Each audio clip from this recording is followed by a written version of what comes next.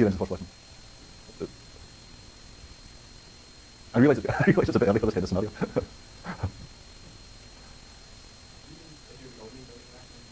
I think it doesn't really matter. I mean, if whether you're the only one or not. I mean, I think when Putnam does that thing of supposing that the brains are all bobbing about there, it doesn't really affect the fundamental point that they're isolated from each other. Yeah. They're all being dealt with, they're all being stimulated by the vat-tending machinery. Yeah. So if the regular causes of your uses of words are what's going on in the vat-tending machinery, then when I say, maybe I'm the only one, when I have this doubt, maybe I'm the only one in the room that actually is conscious. Maybe everybody else is just moving and acting as though they're conscious. That is the skeptical thought. Yeah. There's evidence that they're conscious, but it's not conclusive, it might be misleading. Then the mere fact that there are other brains around who happen to be occupying the same vat isn't going to, I mean, I'm not referring to any of them, because I'm not causally wired up to any of them. Yeah. So when I have that doubt, maybe I'm the only conscious one, that's going to be true if I'm a brain in a vat. That's right. That's right, nothing in the vat-tending machinery is conscious. Yep. Yeah. So it's all right for Putnam to say, when I talk about trees, and I say there are birds singing in the trees, that's just talking about configurations of the vat-tending machinery. You can do, I actually agree, you can do that kind of reinterpretation there. But in the case of terms like conscious or feels pain, since I know from my own case exactly what I'm talking about here, and I'm supposing that thing, whatever's going on in here, is also going on out there, then I get to keep hold of the meanings of my signs, and it comes out meaning something false. Yep.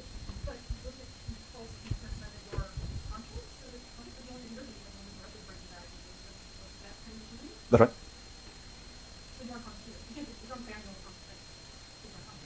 Is you unconscious? No, wait a minute.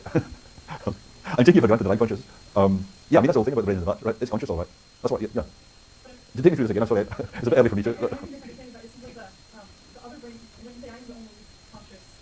Yes. I see, right, okay. That's perfectly fair. I slid over something there. The way I meant to keep pushing it was to say, I'm the only one in the room that is conscious. Yep. Now, if you can say something much more general, like I'm the only one in the universe that's conscious, yeah, then maybe that will come out false because there are these other brains and maybe they're all conscious too. Yeah. But what I meant about when you actually do feel skeptical about other minds, what you mean is, of all the people you know, you're the only one that's conscious. And that will be the thing that's coming out true for the brain in the vat. Because it doesn't know anything about these other brains. Yeah. So all you guys will just be states of the vat-tending machinery, I'm sorry to say. You see what I mean? Yeah. I mean, you can do this too, it's not like I'm the only one that gets to do this. Yeah. Perfectly clear? Okay. So the point there is that there's something, even a hive of skepticism about other minds, and say Putnam's proof, even however good it is, it just doesn't seem to work for skepticism about other minds. It doesn't help with skepticism about other minds, because the key terms don't seem to be subject to a causal theory of reference. Yeah. You don't have to agree with that, it's very important you see what the idea is, anyhow. Yeah. Okay. Okay. Well, I've been saying so far that skepticism is, you can always put skepticism as a question about what the causes of your experiences are, but it's not obvious that's really essential to skepticism. It's very natural when you're trying to explain to someone what skepticism is, to say, well, maybe it's all a dream, or maybe it just states of the vat-tending machinery or something like that. That helps people get how skepticism might be true. But suppose the skeptic said, forget all this stuff about vats, forget all this stuff about evil geniuses and dreaming and demons and so on. That's all just stage setting. The really critical puzzle is, suppose that all that's going on, right as you sit here, is that you are having a procession of sensory images, and maybe there is nothing more to the universe than that procession of sensory images. So maybe they have no causes at all. Maybe that's all that is going on. There isn't any causation. Suppose the skeptic says that. I mean, that seems like just another form of skepticism. So all that there is constituting the entire universe is that procession of images in the void. That's the whole thing. So that's skepticism, all right. So what does Putnam say to that? Well, and what would be the right Putnam reaction to that? All that's going on, the whole universe, as you sit there, you're getting one sensory impression after another, and that's the whole thing. No causes. Well, if you have a causal theory of reference in thought, then if there are no causes, then you don't have those causal or contextual connections that are needed for you to be thinking about anything.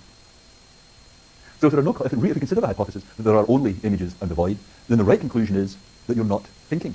You're just having a bunch of sensory impressions. Yeah? Descartes thought that when you get to the existence of your own thoughts, that's the fundamental certainty from which all the rest of knowledge depends. But what Putnam showed is really, it's not that he's helped against the skeptic. He's actually just made things worse.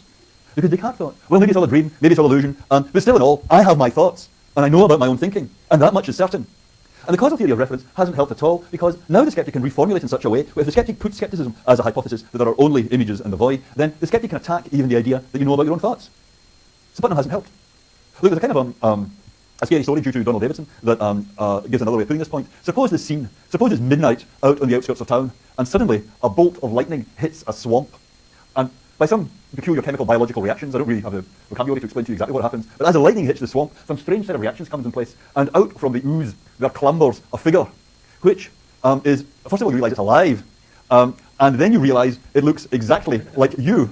It's not just like you, it's molecule for molecule identical to you. So it clambers out, dusts itself off. Now, what is Swamp Man thinking about? So what you're thinking about, those happy days when you were 5 years old and you were sick at your birthday party, could Swamp Man's going to have those kind of images going through their head, but are they thinking about the same event, the same people? No, of course not. Why not? Because what do we need to be thinking about particular people from the past class? Causal connections.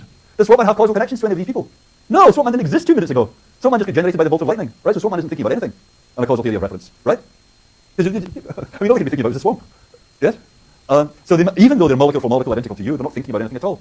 And now suppose that what we do is, so that was Davidson's idea, a bolt of lightning hits the swamp, and then what comes out might have sensations, but it doesn't have thoughts, not the way you do.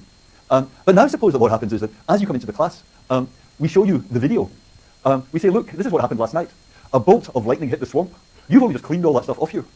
You were only generated from the swamp last night. Everything before that, in your apparent memories, is actually just an illusion. Is that a contradiction? That could happen. Yeah, we could prove to you that you weren't causally connected to any of those things. So the only thing you could do in that situation would be to conclude that you're not thinking. Yeah? If we showed you the video. So you could actually have it proved to you that you're not thinking. So this is what I mean about the skepticism has only got worse. We started out with the idea that you might be doubtful about the concrete objects around you, but your own mind, you know about that all right. Well, the connection that the causal theory makes between the world around you and the constitution of your mind, that's not helping against skepticism. It just means that the reach of skepticism goes further than you might have thought. If the whole world goes, then your mind goes too. If the whole physical world goes, then you can't be thinking. Yep. But how can we acknowledge that I'm not thinking, if I'm not thinking? Yeah, it's a very paradoxical situation. All I can suggest is that you could go through the motions of thinking that you're not thinking. Because you could use all the right words, but it would in a sense be just empty talk. Because none of these things would really mean anything. On the other hand, if you say this is not possible, if I think I'm thinking, I'm thinking, or if I'm going through the motions of thinking and I'm thinking, yes, suppose you say that, it doesn't matter what's going on around me, then that's just to deny the causal theory. Because that's to treat your mind as if it's insulated from your environment, and you know all about what's going on in here. But that's what happens with the causal theory, it blows that up.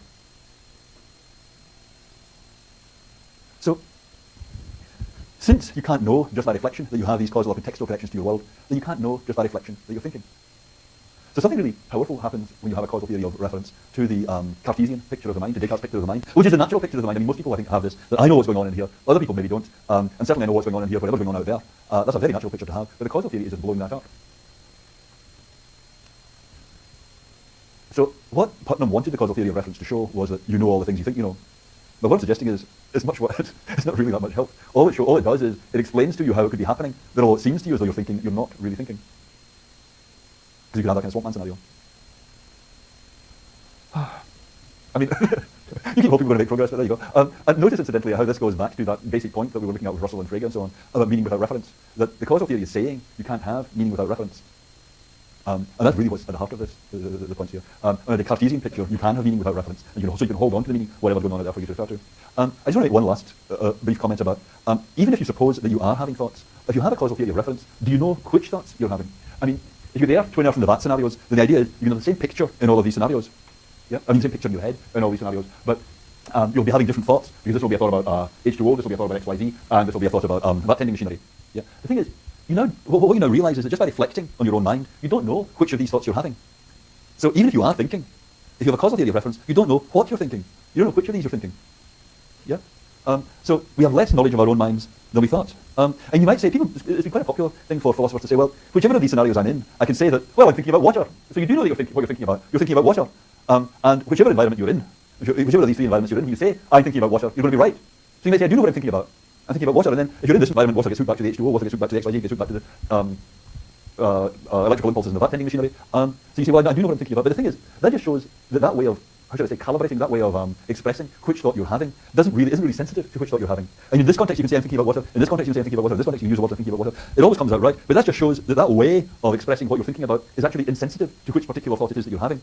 And Wittgenstein once said, I know how tall I am. I'm this tall. Right? Each of us could do that. I can say I'm really good at heights. I know the height of everyone in the room. You're this tall, this tall, this tall. And I always get it right. Yeah? And you say, God, what a talent. What a gift. Right?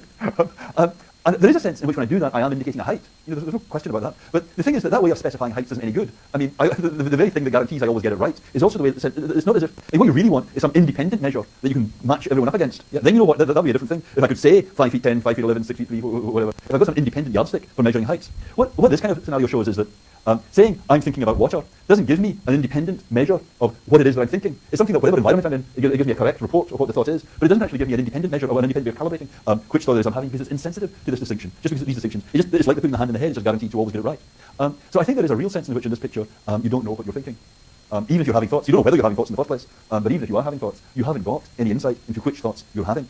So this locking between the mind and the world that the causal theory gets, I mean, as I say, I think there is something very important about Putnam's picture there. But Putnam treats it as though, well, you know what you're thinking all right, and from that you can generate your knowledge of the world. That's how the proof is working. But it seems to me it's also possible to run this backwards and say, since I don't have certain knowledge of what the world is, it follows that I don't have the kind of certain knowledge of what's going on in my mind that we always assumed we did have.